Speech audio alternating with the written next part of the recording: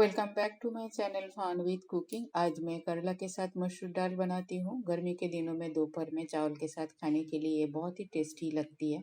तो चलिए शुरू करते हैं। रेसिपी पसंद आई तो मेरे चैनल को लाइक शेयर और सब्सक्राइब करने का रिक्वेस्ट रहा।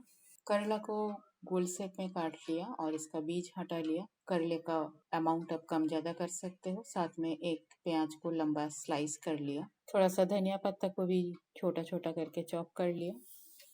हाफ कप मसूर दाल को मैं बॉईल करके रखी हुई है। तेल गरम हो गया, 1 चम्मच जीरा डाल दिया। अब कटी हुई करेला और प्याज को एक साथ डाल देती हूँ। लो फ्लेम में इसे फ्राई कर लेना है। आप चाहो तो अलग अलग करके भी फ्राई कर सकते हो। टाइम सेव करने के लिए मैं एक साथ डाल दिया। लो फ्लेम में कवर करके इसे फ्राई कर लेती हूँ। करेला और प्याज मेरा फ्राई हो चुका है। करेला कुक भी हो गया है। इस डिश में करेला को बिल्कुल पतला पतला करके काटना है जिससे जल्दी ये फ्राई हो जाए।